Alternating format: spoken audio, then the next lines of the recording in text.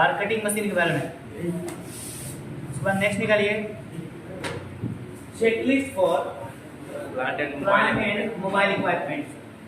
क्या नाम बोलेंगे? Checklist for mobile equipment, plant and mobile equipment. इसके अंतर्गत हमें 4-5 चीजों के बारे में जानना होता है, जैसे प्लांट में कौन कौन सा मशीनरी आइटम यूज होते हैं वो, और दूसरा चीज मोबाइल इक्विपमेंट में कौन कौन सा मशीनरी आइटम आएगा, जिसको हम लोग पोर्टेबल पावर टूल्स भी बोल सकते हैं, या इसके अलावा जो यूज करते हैं उसमें सेफ्टी पॉइंट क्या क्या चेकिंग है, ठीक है ना। तो इसके बारे में हम लोग जानेंगे, देखेंगे, लेकिन उससे पहले हम 2-3 बातें आप सभी को समझाना चाहते हैं कि जो ये चेकलिस्ट पॉइंट हम लोग जो चेकलिस्ट बनाएंगे, चेकलिस्ट कंस्ट्रक्शन में हो चाहे इंडस्ट्रियल में हो, सभी के कामों में कंपल्सरी बनना चाहिए। चुपचाप, ठीक है।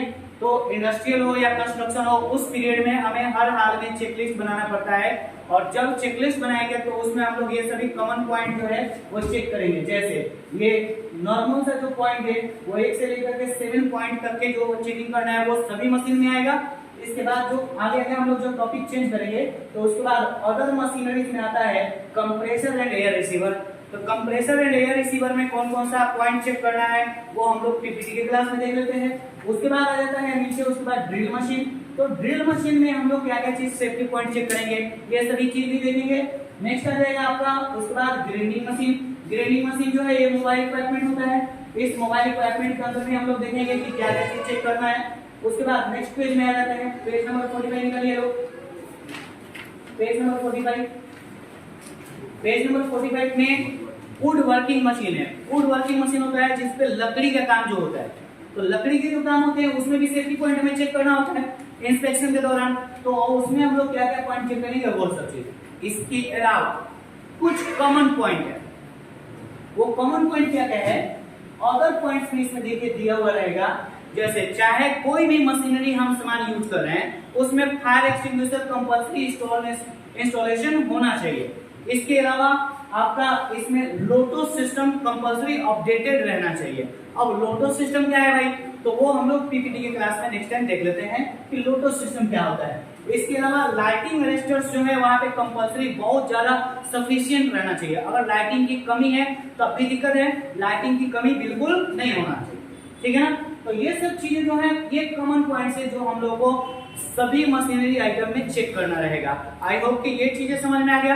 अब हम लोग जानते हैं कि नेक्स्ट टॉपिक क्या रहेगा और उस नेक्स्ट टॉपिक को हम लोग किस तरीके से जानेंगे, सीखेंगे। जैसे आते हैं हम लोग इसमें चेकलिस्ट को जो हम लोग पीपीटी के क्लास से देखते हैं वो चीजें हैं।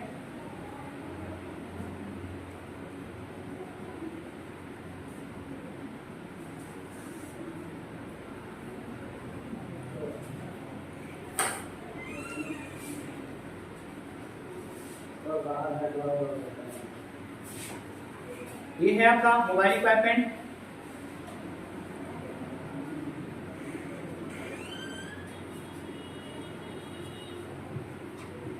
ये टॉपिक है हम लोग का। इस मोबाइल इक्विपमेंट में हम लोग को एक एक करके समझना है, देखना है। हम लोग किस इंस्टीट्यूट में पढ़ रहे हैं जी? शांति टेक्निकल इंस्टीट्यूट। एड्रेस कहाँ है, एक बार एड्रेस बता दीजिए। In front of middle school, मतलब मिडिल स्कूल के सामने, main road, Basantpur, Siwan district. Okay, ये आते हैं हम लोग नेक्स्ट पेज पे, जिसमें हम लोग जानेंगे कि मोबाइल इक्विपमेंट का डेफिनेशन क्या होता है, माने परिभाषा क्या है उसकी। तो मोबाइल इक्विपमेंट का परिभाषा होता है कि मोबाइल प्लांट या मोबाइल इक्विपमेंट कहिए, it means any types of machinery या अप्लायंस और अदर सिमिलर डिवाइस, माने उससे रिलेटेड डिवाइस।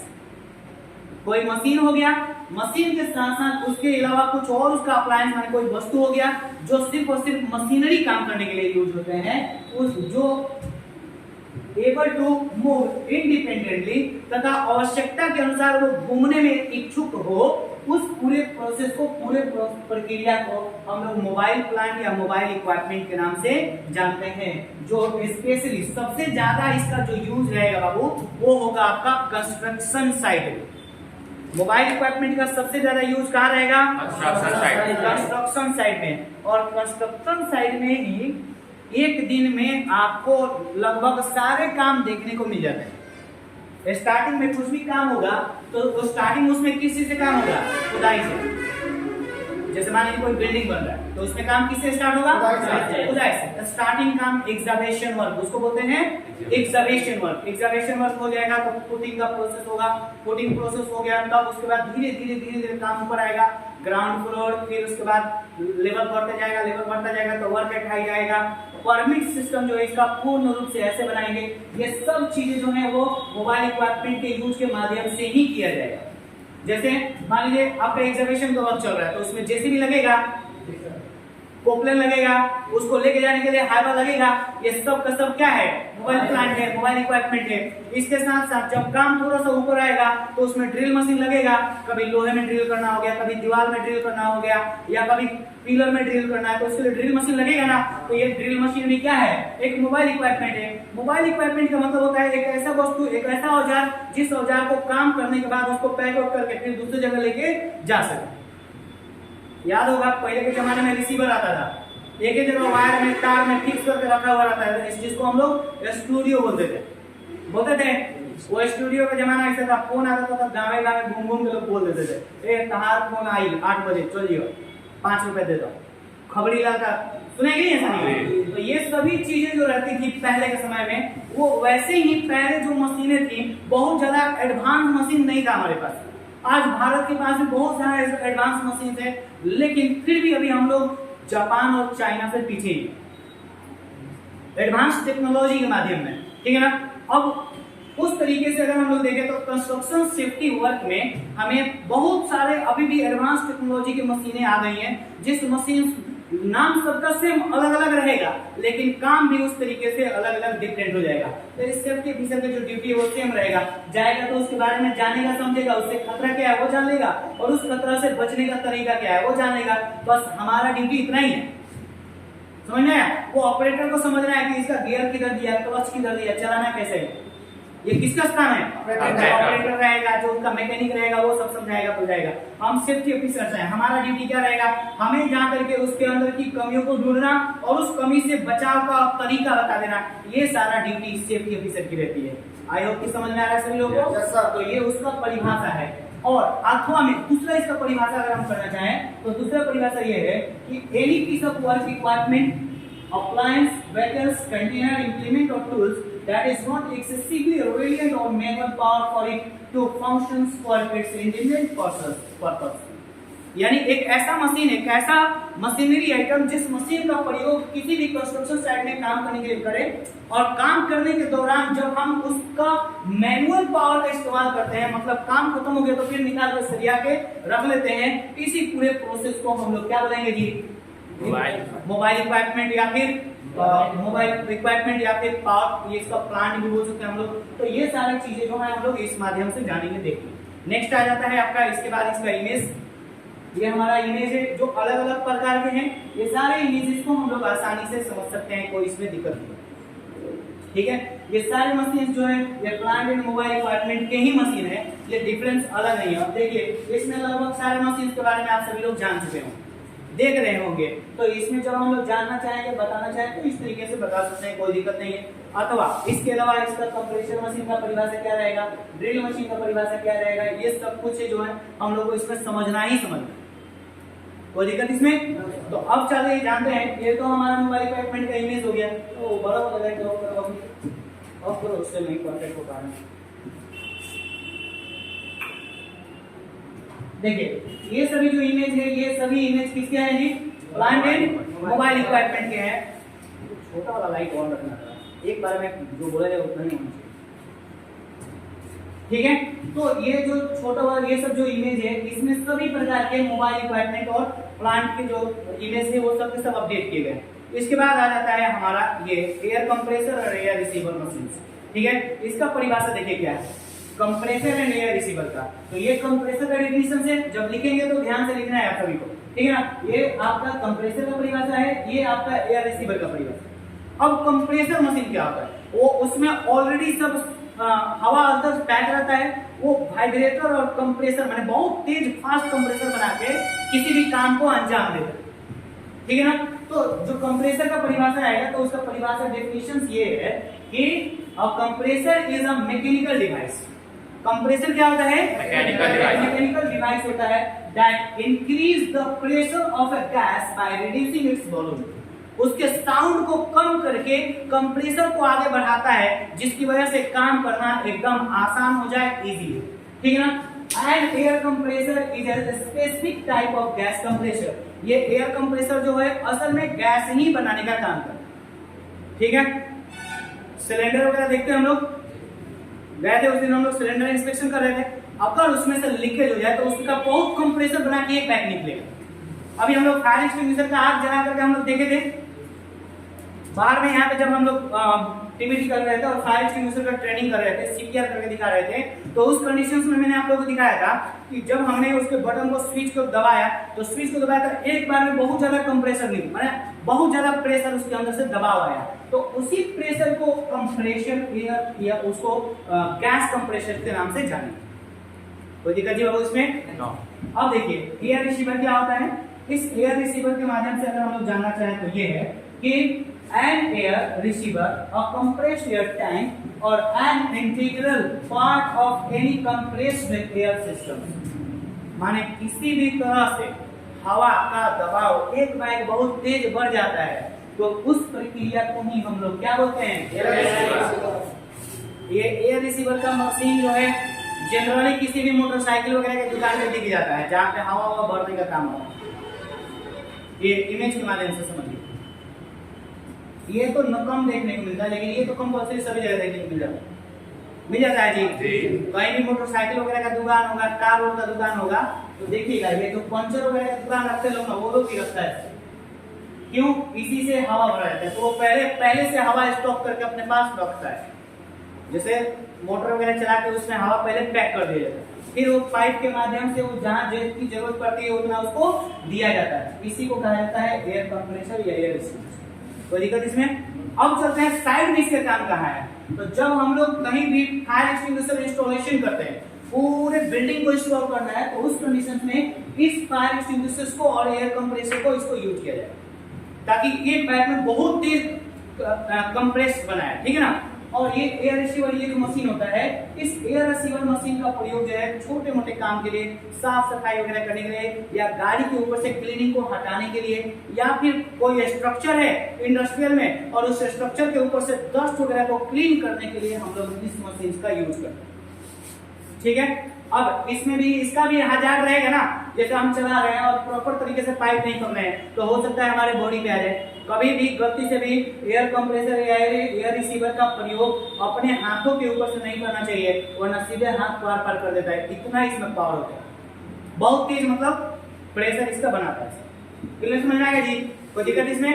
नेक्स्ट जानते हैं ड्रिल मशीन के बारे में। ड्रिल मशीन तो देखिए ये पोर्टेबल पावर टूल्स में भी यूज होता है और मोबाइल इक्विपमेंट में भी यूज होता है। मतलब ये है कि एक अटैची की तरह रहेगा, सूटकेस की तरह।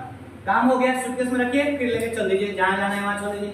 ठीक है। तो ये drill machine portable power tools के अंतर्गत भी यूज होता है, मोबाइल इक्विपमेंट के अंतर्गत भी यूज होता है। लेकिन अब आते हैं इस मशीन में, ये भी आपका ड्रिल मशीन ही है, लेकिन ये इंडस्ट्रियल में रहता है, एक जगह फिक्स हो जाएगा। अब जिस चीज को ड्रिल करना है उसको लेकर आइए तब ड्रिल कीजिए। ये इसको हेवी यूज होते हैं, मतलब कि ड्रिल मशीन हेवी वाला है ये, और ये ड्रिल मशीन सिंपल वाला है जिसको कहीं भी लेके जाया जा सकता है। इसको हम लोग पोर्टेबल पावर टूल्स भी बोल सकते हैं। कोई दिक्कत इसमें? समझ में आ गया? शहनवाज समझ में आ भी रहा है या खाली मैं पढ़ा रहा हूँ? क्योंकि अगर समझ में नहीं आया तो फिर बात वही आएगी कि मुरझाए हुए फूलों से प्यार नहीं करना चाहिए और बेजान परिंदों पे कभी वार नहीं करना चाहिए। मालूम है नहीं बात? ये हर बार ये क्लास में ये बात इसीलिए बोलता हूँ कि कभी भी जो लोग मुरझा जाए, देखिएगा ना, सूखे पत्तों का कोई इस्तेमाल नहीं करता है। कोई आसपास में कोई जा रही है और सूखी मुरझाई हुई सी है तो उसके तरफ कोई ध्यान नहीं देगा, और वही अगर रोड पे कोई एकदम खूबसूरत सी लगी जाए, आहा मजा आ गया थे, सबका मन गदगद हो जाता है। ये इसी तरह का होता है। क्लास में भी आप पढ़ रहे हैं या साइड पे भी काम कर रहे हैं, तो a person who will be proactive, that person is always a fantastic person for the company person and for the company owners। Company owners के लिए भी वही व्यक्ति, वही लड़का सबसे टैलेंटेड माना जाता है, सबसे परफेक्ट माना जाता है, जो किसी भी काम को मना ना करे, सवाल ना करे, जितना काम दिया जाए उससे ज्यादा काम का जवाब दे करके काम करके दिखाए। वहाँ पे भी बात यही लागू होता है कि मुरझाए हुए फूलों से कभी प्यार नहीं किया जाता है और बेजान परिंदों पे कभी वार नहीं किया जाता। आप वहाँ पे खुद लुकुर लुकुर रहिएगा तो आपको कोई काम के लिए नहीं बोलेगा, बोलेगा आपको कोई पसंद नहीं करेगा। सैलरी भी देने के टाइम रोएगा, सब बात यार तो मेहनत नहीं करता, क्या उसको सैलरी दिए। और वही वो अफसर है, खूब मेहनत करेंगे तब हाँ चलो यार कोई बात नहीं, 200 रुपये ज्यादा दे देंगे तो सद जाएगा। क्यों? मेहनत है।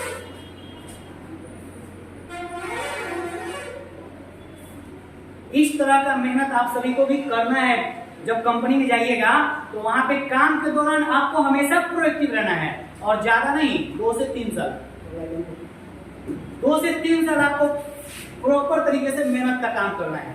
किस तरीके का मेहनत होना चाहिए? मतलब मेहनत का मतलब ये है कि अगर आपका 8 घंटे का ड्यूटी है और कंपनी करेगी नहीं होगा, तुमको आज रुकना है ओवर टाइम में, आज कंक्रीट चल रहा है रात भर रुकना है, बिना सवाल के रुक जाइए।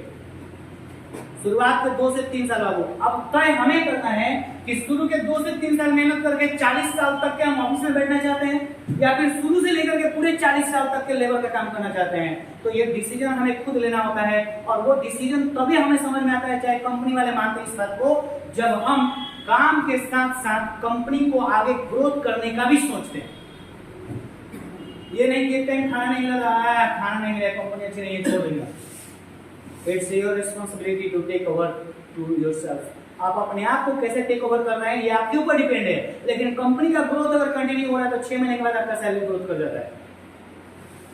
और बाबू काम तो सभी है, जितने आलसी बनना है इंडस्ट्रियल में जाइए, क्योंकि उसमें टाइम फिक्स है, काम फिक्स है। आपको वर्क एटाइट दे देगा तो वर्क एटाइट, कन्फाइंड स्पेस दे देगा तो खाली कन्फाइंड स्पेस।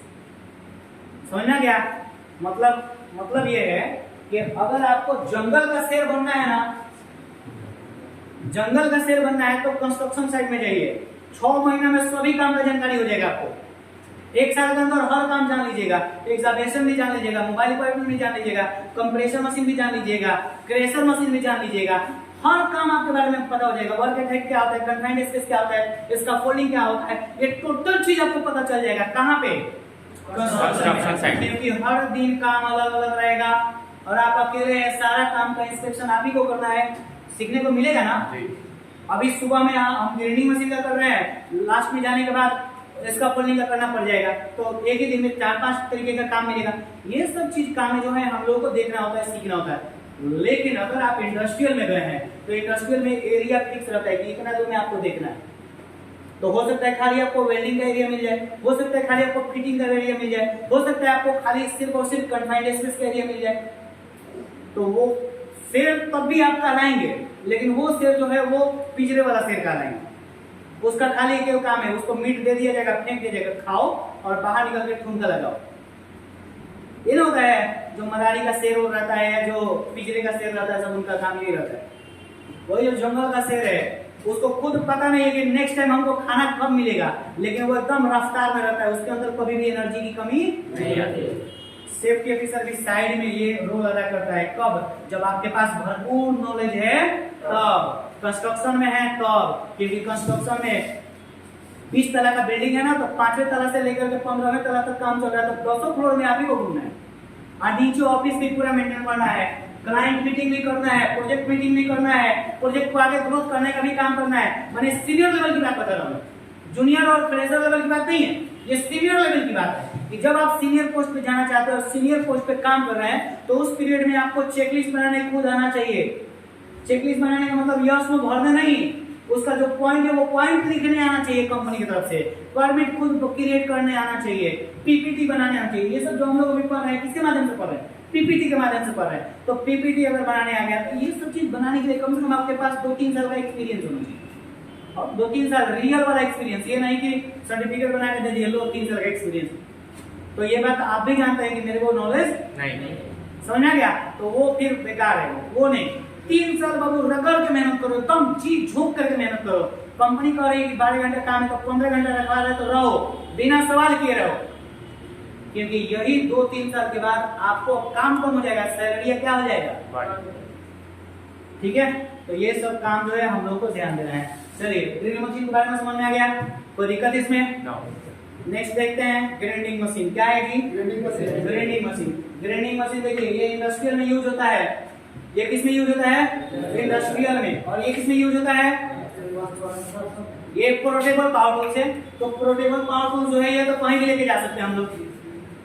इधर काम हुआ तो इधर लेके गए, यहाँ से फिर मनमलिया काम है तो मनमलिया लेके चले, कोई दिक्कत है इसमें? नहीं। तो ये पोर्टेबल पावर टूल से मोबाइल इक्विपमेंट के अंतर्गत आता है। और इसी में ब्लेड अलग अलग लगा देंगे तो कटिंग मशीन हो जाएगा, चिपिंग मशीन हो जाएगा, ग्रेडिंग मशीन हो जाएगा, ड्रिल मशीन हो जाएगा, सॉरी ड्रिल मशीन नहीं रहेगा, ग्रेडिंग मशीन हो जाएगा, कटिंग मशीन हो जाएगा, चिपिंग मशीन हो जाएगा, सब इसी में हो जाएगा, खाली ब्लेड चेंज कर देना है। और इसमें सेफ्टी पॉइंट क्या देखना है कि इसका गार्डरेल्स कंपल्सरी यूज में रहना चाहिए, इसका जो ये हैंडल है ये कंपल्सरी यूज में रहना चाहिए, यहाँ से जो केबल कनेक्शन गया हुआ है वो cable connection proper cover up रहना चाहिए। ये कहलाएगा आपका क्या? सेफ्टी पॉइंट चेकिंग करना। अब हम इसका जब इंस्पेक्शन करेंगे तो इंस्पेक्शन के दौरान जब ये सारा पॉइंट सही मिलेगा हमको तो उस क्रम में हम लोग यहाँ पे एक छोटा सा स्टिकर लगा देंगे कि हमने इंस्पेक्शन इस डेट में किया था, सब कुछ ठीक था, कोई भी इशू नहीं। ठीक है, तो ये सब कुछ जब देख लेंगे मिल जाएगा तो फिर हमारा काम जो है वो परफेक्ट हो गया। इस तरीके से हम लोग करते हैं। अब जैसे इंडस्ट्रियल में है ये तो एक जगह फिक्स रहेगा, जैसे किसी कंपनी में एक्स टांगी वगैरह जो बनता है, केरसा तलवार वगैरह बनता है, तो उस पे सांग धराने के लिए जाके हम लोग ड्रिल या ग्राइंडिंग करते हैं ना, तो ग्राइंडिंग करने का मतलब क्या है? घिसना। Grinding means घिसना।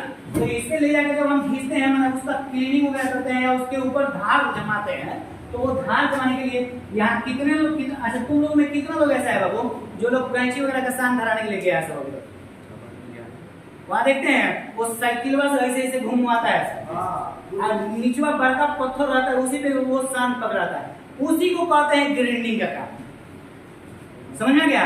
डिफरेंस ये है कि हमारे देहात में उतना टेक्नोलॉजी फास्ट नहीं है तो हम लोग साइकिल पे फिट करके चलाते हैं। आप कंपनी में जाइएगा तो इस टाइप का मशीन मिल जाएगा, ठीक है? ऐसा मशीन रहेगा, यहाँ से पावर ऑन कीजिए और ये नाचना शुरू हो जाएगा, उसमें जिस चीज का सांग पकड़ना है आराम से, कोई दिक्कत नहीं, ठीक है? लेकिन ये जो मशीन है ये आपको कहीं भी लेके जाने वाला है। जैसे मान लीजिए हमने लकड़ी बनाया, तख्ता बनाया, पलंग वगैरह, बेडशीट वगैरह बना रहा है, तो उसको घिस के उसका धार और मोड़ते हैं ना, बराबर करते हैं ना, तो वो मोड़ने के लिए हमें इस मशीन का प्रयोग करना पड़ेगा। अब बहुत भारी है क्या ये सब? नहीं भारी है, बहुत इजी है, आसानी से समझ में आ सकता है। तो ये सभी जो है आपका ग्राइंडिंग मशीन होता है। अब जानते हैं हम लोग नेक्स्ट के बारे में। नेक्स्ट है आपका हजार्ड ऑफ मोबाइल इक्विपमेंट। जाहिर सी बात है उसका खतरा भी रहेगा। जो जिस खतरे के बारे में हम लोग बात कर रहे थे, मोबाइल इक्विपमेंट से जो खतरा रहेगा उस खतरे के बारे में हम एक बार और ध्यान से समझा देते हैं, उसको समझिए।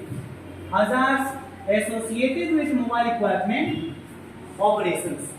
हजार्ड जो है मतलब जो इसका खतरा है वो मोबाइल इक्विपमेंट के चलाने के दौरान ही होता है। जैसे कोई मशीन वगैरह है नॉर्मली खड़ा पड़ा हुआ है तो उससे कुछ खतरा होगा? जब वो चलेगा तब हो सकता है आपका चेहरा जला दे, हो सकता है आपका हाथ पैर काट दे, हो सकता है हाथ रगड़े और हाथ में खींच दे पूरा। तो ये सब खतरा तबे होगा जब वो ऑपरेशन पीरियड में रहेगा। अब ऑपरेशन का मतलब वो चीट फाड़ करना नहीं, ऑपरेशन का मतलब चलने की अवस्था में रहना, मैंने कंटिन्यू रनिंग पीरियड में, ठीक है? अब उसके जब चलेगा तो क्या क्या हो जाएगा? फटीग हो सकता है, लाइन ऑफ साइट हो सकता है, या सिचुएशन अवेयरनेस हो सकता है, या वाइब्रेशन हो सकता है, इसके अलावा पोस्चर्स हो सकता है। अब ये एक ही करके समझते हैं। फटीग्स हो सकता है। फटीग्स होने का मतलब ये है कि मशीन के अंदर कोई सामान जल सकता है, एक बार कुछ से किया जल गया, सब खत्म हो गया, हो सकता है ना? जैसे कुछ दिन पहले मेरा लैपटॉप जल गया, उसका हार्ड डिस्क जल गया, तो हार्ड डिस्क जल गया तो वो पॉइंट कुछ ना कुछ तो दिखाएगा ना, वही पॉइंट को वहां पे अपडेट करेगा, तो ये फटीग्स के अंतर्गत आ जाएगा, ठीक है? उसके बाद नेक्स्ट आता है line of site. Line of site का मतलब ये होता है कि जो केबल कनेक्शन किया गया और उस कंडीशंस में भी प्रॉपर काम नहीं कर रहा है, माने सही से वो नहीं चल रहा है, तो हम जाकर के उसको हम लोग क्या बोलेंगे? लाइन ऑफ साइट बोलेंगे। सिचुएशनल अवेयरनेस, स्थिति को देखते हुए अगर हमने अपने आप को नहीं संभाला, जैसे कोई मशीन है हम चला रहे हैं, स्विच ऑन हुआ है लेकिन हमारे हाथों से वो छूट गया है, या हमने बराबर तरीके से उसको नहीं पकड़ा हुआ है चलाने के लिए, तभी तो खतरा होगा, होगा नहीं होगा? संभाल कौन आओ तो जाके बतिया लगे कहूँगा ये है मेरा रूप। अच्छा वो थर्ड पार्टी है, थर्ड पार्टी का इंस्पेक्शन मत करना जाके वहाँ, पता चलेगा आजकल का कोई भी मशीन जो है नया नहीं आ रहा है, समझेंगे नहीं? अब बिल्डिंग हो रहा है। सारे मशीन को पहले से ही उसका नोट बोर्ड टाइप करके भेजा जाता है, फिर आप जाइएगा तो आप फिर उसको यूज कीजिएगा, फिर टाइप आउट कीजिएगा, ठीक है।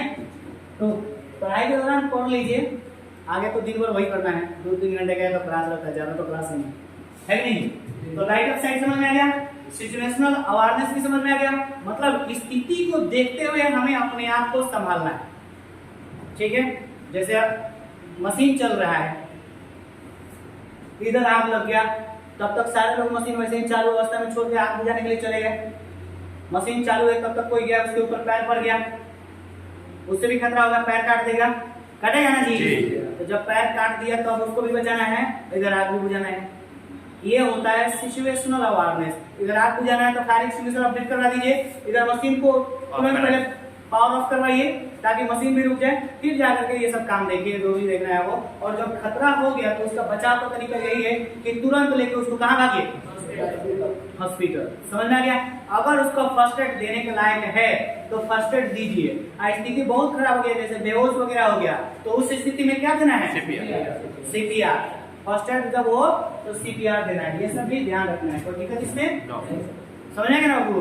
तो ये सब चीजों को आप लोगों को कंपल्सरी ध्यान रखना पड़ेगा, नहीं तो फिर आगे वही होगा, काम तो करेंगे लेकिन ध्यान हमेशा दूसरे चीज पे है, काम पे ध्यान नहीं रहेगा। क्योंकि जब भी आप काम करिएगा तो अपने आप को पनौती समझने लगेगा, आपको लगेगा सर आप पनौती हो गए क्या। जब आ रहे साइड पे तो एक्सीडेंट हो जा रहा है, जब आ रहे साइड पे तो इधर आग लग जा रहा है, जब साइड पे आ रहे हैं तो इसका फोल्डिंग टूट के गिर जा रहा है। तो कभी कभी अपने आप से भी नफरत होने लगता है, और इस नफरत को प्यार में बदलना है तो सिंपल सा फंडा है, खुद से प्यार करना सीखिए। जीवन में अगर हमने खुद से प्यार करना सीख लिया तो यकीन मानिए दुनिया बहुत खूबसूरत लगेगी, लगेगा ना। अगर हम दूसरों के अंदर अपनी खुशी को ढूंढ रहे हैं तो पूरी जिंदगी ढूंढते रह जाइएगा, आपका ना दुख कम होगा और ना ही कभी आप खुश रहेंगे, क्योंकि आप दूसरे के ऊपर डिपेंड हो रहे हैं अपनी खुशी को देखने के लिए। क्या घंटा फर्क नहीं पड़ना चाहिए क्या हो रहा है नहीं हो रहा है, कौन क्या कर रहा है, उससे क्या मतलब, समझेंगे ना। तो ये सभी सेफ्टी ऑफिसर को खासा ध्यान रखना पड़ता है, वरना आजकल सब बहुत सारे लोग है खरीद के जाता है। हमारे पास भी आते हैं लोग, दे दीजिए सर जी, काम से ना मतलब, देख लेंगे यूट्यूब में देख पढ़ लेंगे, ये सब रहता है। तो उन सब चीजों को हमें ध्यान रखना है। अच्छा, वाइब्रेशन का मतलब क्या है? वाइब्रेशन मैंने जो मोबाइल वाइब्रेट करता है वो, वाह, मशीन वाइब्रेशन। जैसे मशीन को अगर हम एकदम समतल जगह पे प्रॉपर तरीके से इंस्टॉल नहीं करेंगे तो मशीन में बार बार वाइब्रेशन होगा, तो कभी उधर उठ जाएगा कभी इधर उठ जाएगा, और जब उठेगा ये होगा तो उसका वायर वगैरह क्या हो जाएगा, डिस्चार्ज हो जाएगा, टूट जाएगा, या अंदर अंदर जल जाएगा, पता नहीं चले। तो उन सब चीजों से भी हमें बचना होगा, ठीक है। तो यही सब चीजें हैं जो उसका हजार से।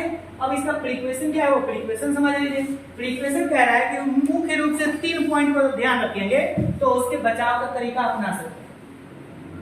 अगर 3 चीजों को आपने ऑप्शन दे दिया तो उसका बचाव आप आसानी से अपना सकते हैं, कोई दिक्कत नहीं आएगा। क्या है, always follow the 3 point rule when climbing up down on. अगर आप ऊपर चढ़ रहे हैं तो, या नीचे आ रहे हैं तो।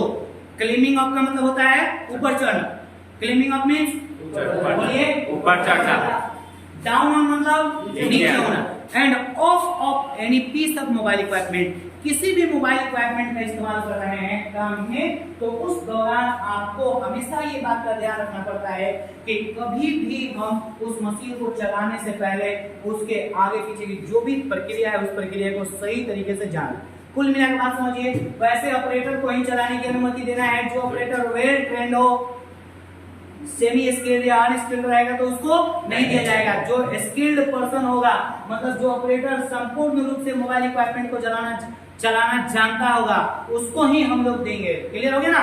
तो ये सब चीजें हमें ध्यान रखना है। नेक्स्ट कह रहा है कि don't operate your machine until you know that no person और ऑब्स्ट्रक्शन इज नियर बाय।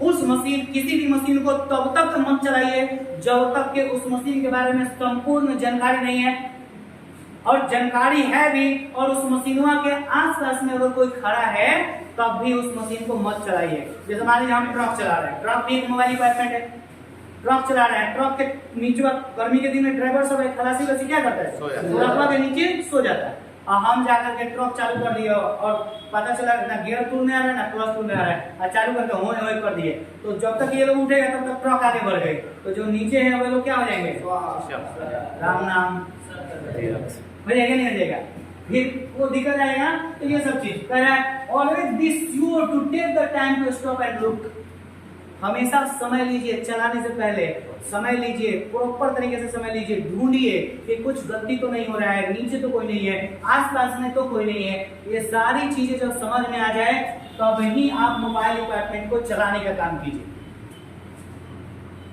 संपूर्ण जानकारी मिल गया, कोई दिक्कत? अब आते हैं नेक्स्ट, इसके बाद आता है लोटो सिस्टम। लोटो सिस्टम के बारे में स्पेशल कल एक क्लास करेंगे हम लोग, ठीक है, क्योंकि लोटो सिस्टम एक बड़ा टॉपिक है, छोटा मोटा टॉपिक नहीं है। इसका फोल्डिंग में भी यूज होता है, मोबाइल इक्विपमेंट में भी यूज होता है, क्रशर मशीन में भी यूज होता है, कंस्ट्रक्शन में भी यूज होता है, इंडस्ट्रियल में भी यूज होता है। तो जब सभी जगह इसका इस्तेमाल है तो उस कंडीशंस में हम लोग इसको स्पेसिफिक टॉपिक लेकर पढ़ते हैं। कोई दिक्कत है जी? तो इस तरीके से हम लोग कल इसको पढ़ेंगे, कोई दिक्कत?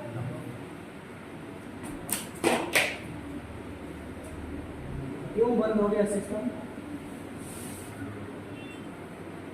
स्टॉप कर लीजिएगा वीडियो। लोटो सिस्टम के बारे में हम लोग कल स्पेशल क्लास सेपरेट देखेंगे, जिसमें सिर्फ और सिर्फ लोटो सिस्टम का इस्तेमाल कहाँ होगा और कब हम लोग लोटो सिस्टम का प्रयोग करेंगे, ये टोटल चीज हम लोग कल के क्लास में देखेंगे, जानेंगे। उसके बाद आ जाते हैं कि हमारे क्लास का एंड टॉपिक क्या होता है। इसके बाद है आपका लॉकआउट और टैग आउट। तो लॉकआउट और टैग आउट भी कल ही के क्लास में हम लोग देखेंगे, जानेंगे सही तरीके से। नेक्स्ट आ जाता है इसके बाद क्लास का एंड टॉपिक क्या, थोड़ा सा स्माइल कर दीजिए, स्माइल नहीं करने आएगा तो फिर आपको मैं स्माइल करवाऊंगा ढंग से, ठीक है। तो आई होप कि आप सभी का क्लास यहाँ तक खत्म किया जाता है। अब बारी आती है लिखने की, तो इसको नोट डाउन कर लें, जो इसमें टॉपिक है उस टॉपिक के बारे में, जैसे इसका परिभाषा हो गया, हजार्ड हो गया, फ्रीक्वेशन हो गया, ये टोटल चीजों के बारे में नोट कर लिया जाए, ठीक है ना। स्टॉप।